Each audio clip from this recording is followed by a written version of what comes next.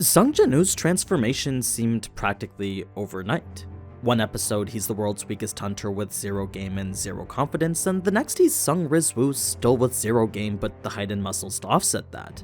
It was a drastic change that sharpened his chin to the point it could chisel diamonds, yet one that happened so quickly it may have seemed a bit abrupt. That's not to say it wasn't this fast in the novels or manhwa, but there was a bit more to it as several factors layered his progression a bit. The first was the week he'd spent doing dailies before even trying the dungeon, then the next was Nurse Yura, whose thirsty perspective showed us Sung's development through her eyes. She was the first person to suspect Sung might have reawakened, and the only one to take note of some rather unique abilities of his.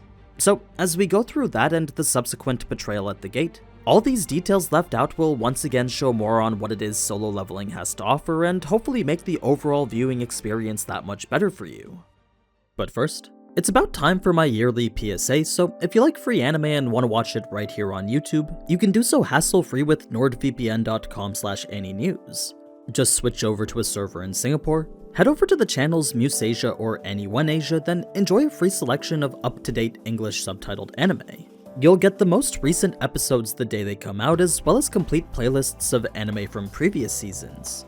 So, if you want to watch Frieren, Mushoku Tensei, or Classroom of the Elite, all and more are available when connected to a server in Asia using today's sponsor Nord. It's even 60% cheaper than what you would normally pay to stream anime. Combine that with all the security features NordVPN specializes in, and that's a pretty good deal on both cybersecurity and entertainment. You can game knowing you won't get DDoSed and still have incredibly fast connection speeds, prevent all ads, trackers, and malware from accessing your computer, then even know immediately if your emails, passwords, or credit cards have been compromised. So, if you're interested in that, plus the free anime I mentioned earlier, then be sure to use nordvpn.com/AniNews, or even just code AniNews at checkout and get an exclusive 2-year deal plus 4 months free. You can do so risk-free since Nord's 30-day guarantee means if you don't like it, they'll give you your money back. But now, let's get back to the video. Episode 5, A Pretty Good Deal, covering chapters 16 to 20 from the web novel and chapters 18 to 21 from the manhwa. The first and most important thing that needs to be mentioned is that in the novels, Sung had checked himself out of the hospital before ever even going to do the instance dungeon. So all this stuff with the nurse and the chiseled body he got from his dailies are actually things that happened prior to any of this. It's the main reason why in the novels he was able to have such an easy time with it, since an entire week of stat gains left him relatively overpowered to it. Now, the way the novel had decided to show how Sung was changing was neither through Sung nor a recount of all his training, but rather through Nurse Yura Choi and the various observations she'd made about him. You see, it was late at night after a long shift at the hospital that Yura was out having dinner with the very friend who got her job at the hospital. The two were discussing what they knew about hunters, and there was something peculiar Yura felt she needed to ask about. It was about Sung and a potential skill he might have displayed recently. If you remember back in my cut content from 2 videos ago, it was right after Sung had finished his penalty quest with the centipedes that Yura would notice fresh blood on the floor where his hand was. When she went to check the only possible place this blood could have come from, the cut that should have been there wasn't. It had completely vanished as if healed by healing magic, a feat she wasn't sure whether to be possible or not. So, as Yura asked her friend how it was hunters were able to heal so fast, the only answer she got had to do with healer class hunters. To her, them and their magic was the most common way hunters healed themselves. Yura then asked if it was possible for a hunter to heal themselves while unconscious, and that was something to which the answer was a lot more ambiguous. You see, the only recorded instance of something like that was through the special skill Regeneration, an ability unique to magic beasts ranked A or higher, and not even all of them, since only a select few ever displayed this skill. It was an extremely rare phenomenon that she'd never even heard to be exhibited by a hunter before. That's not to say it wasn't possible though, since the extent of her knowledge did only go up to A-rank hunters. What I mean is that if there was to be a case in which this type of power was possible, the only place it could exist would be up there in the S-rank territory. It was a place in which the hunters within possessed all sorts of terrifying abilities, yet not many could be named since the information behind them was very difficult to come across. There was the one who could transform into an actual monster himself, but other than that, the rest could be literally anything, including the ability to heal while unconscious. So, though the ability was very unlikely for a hunter to possess, it wasn't impossible for those up in the S rank. An interesting thought since Yura knew for a fact this was the power Sung displayed, yet contradictory since she also knew he was far and away at the E rank level. His rank was something she had become a little bit curious about, and out of a need to satiate such a feeling, Yura had done some research and read up on his profile. His public records, all of which were available on the Hunter Association's website. At first, she was confused since none of this made any sense, but then she remembered something she had overheard the other day. She recalled the mention of him reawakening. She wasn't in the room when any of this was talked about, but she did know that this was the topic of conversation when the Hunter Association came around. That being the case, if Sung truly did reawaken as a high-level hunter, then this was the worst-case scenario for her chances of getting close to him. She felt she probably couldn't even become his friend anymore since just the idea of meeting an S-rank was near impossible these days. Their low numbers made them extremely coveted, and of the people who did get to meet them, they did so within their incredibly busy schedules. Obviously, this wasn't the state that Sung was in now, but Yura knew it was the inevitable outcome once word got out that he was an S-rank. Fortunately, that meant she still had time though, since it was pretty evident no one had caught wind of his newfound power yet. No one, of course, except for her. So, knowing this was her only chance to gain favor with Sung, Yura began scheming of all the things she could do to try and befriend him. I mean, it wasn't every day you were given such an opportunity, and the potential value behind it was near immeasurable. In fact, there were people who would spend enormous amounts of money just to meet an S-rank, and even then that still wasn't a guarantee that you would get that meeting. This made Yura excited at all the possibilities awaiting her, and the grin on her face was all but indicative of it. She couldn't stop smiling at the thought of this secret she had all to herself. The next day brings us back to Sung's perspective, and with a week having passed since starting his dailies, the difference in his body was starting to become a talking point for the nurses. Occasionally, he would check himself out in the mirror, and he too would admire the increased height, trimmed fat, and wider shoulders. To him, he felt he just looked not as frail anymore. All sorts of useful muscles had started appearing across his body, and his body itself felt overall more nimble and agile. It was obviously too much of a change to attribute to exercise alone, so the only explanation was that this was his stats changing him. In order to maximize the usage of his rising strength, his body was growing in a way that would allow that, leading to that thought that perhaps too much more may lead to that bodybuilder-type body. Now, more and more the nurses would start to take notice of him, and eventually it got to the point where it was just straight up uncomfortable. Since his goal was to raise his stats without anyone knowing, Sung knew it was best to discharge himself and continue his training elsewhere. Luckily, this was something both the association and the hospital were hoping for, since the time and money spent on him were assets they probably felt were wasted. I mean, this was after all a hospital only for hunters, and to continue to give Sung that VIP treatment was to divert those same resources from someone else who was a higher rank. Unlike the S-ranks who received small portions of an entire country's budget to get healed, Sung was just a freeloader costing them money at this point. So it was right as Sung was in the middle of his discharge process that Yura would make her move and ask for his number. She seemed quite sad at the fact that he was leaving, but that was probably the very thing giving her the confidence to do this now. The encounter had gone pretty much the same, but rather than her cell phone, she had instead given him a notepad. She had forgotten to bring a pen as well, but fortunately for her, Sung was able to materialize one out of his inventory. It was the 4th time the random loot box item had actually come in handy for him. In the anime, these were only mentioned to be useless trinkets, but in the novel it seems the daily loot box wasn't so random at all.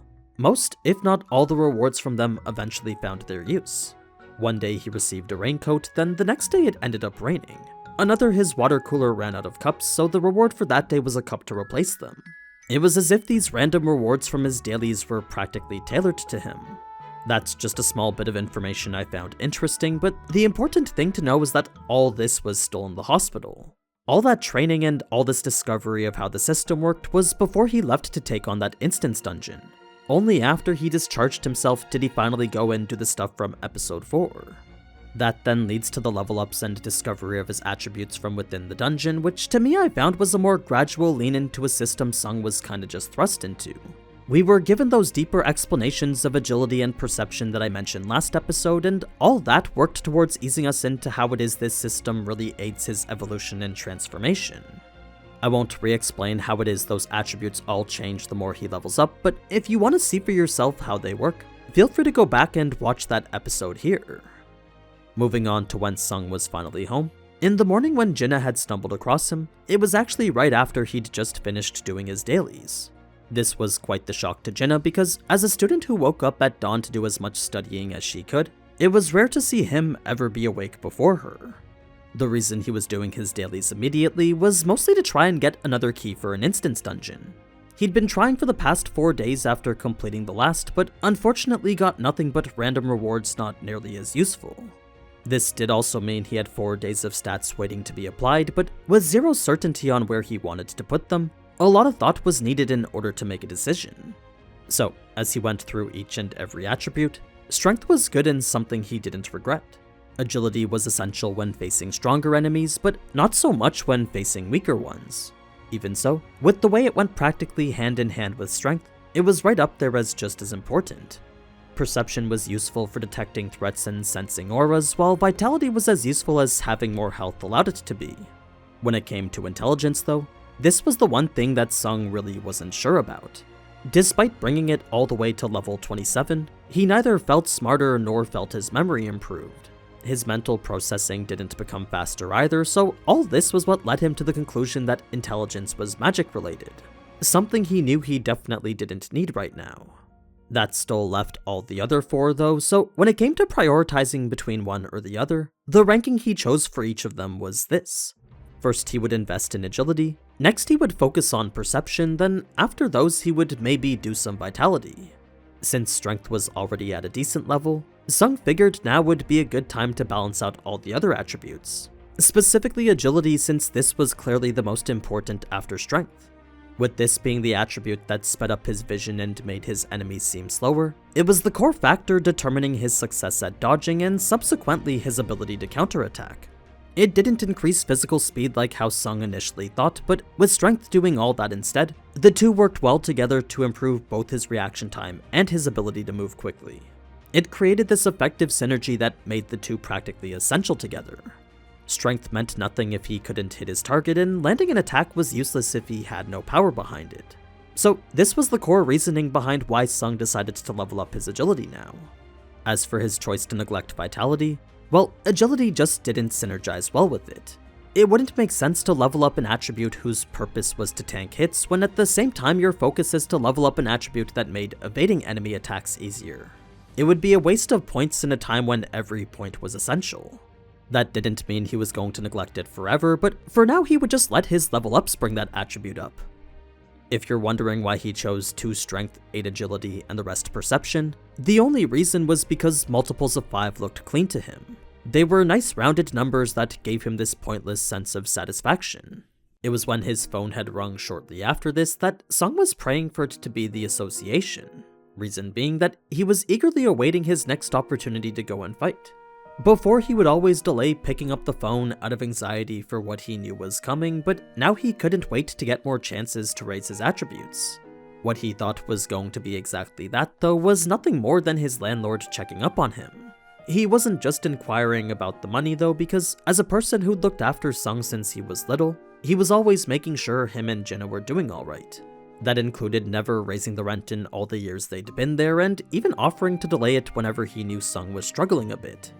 So in a time where rent was always increasing, the landlord had kept Sung's expenses at a measly $375 every month. That still put a major dent in Sung's pocket, but it was something he could afford and still have cash left over. Granted, it was only like $200 to spend on everything else, but it was enough to get by until his next money-making opportunity. So, though the landlord in the anime was portrayed as a caring individual, the extent of it wasn't fully shown as he truly emphasized how Sung needed to always put his family first. He knew Sung was taking care of his mom and sister and didn't want him neglecting his body in order to do so. Now, this did still leave Sung in dire need of cash, which in turn led into the explanation of how it was hunters made money. I'm sure you're familiar with the core methods of how they do, but to expand on it just a little bit, everything pretty much came down to rank. Obviously, the easiest way was by slaying monsters, but if you were fortunate enough to have an A or S rank, that privilege also came with sponsors, commercial cameos, and even TV appearances, all additional sources of revenue that the lesser ranks weren't exposed to.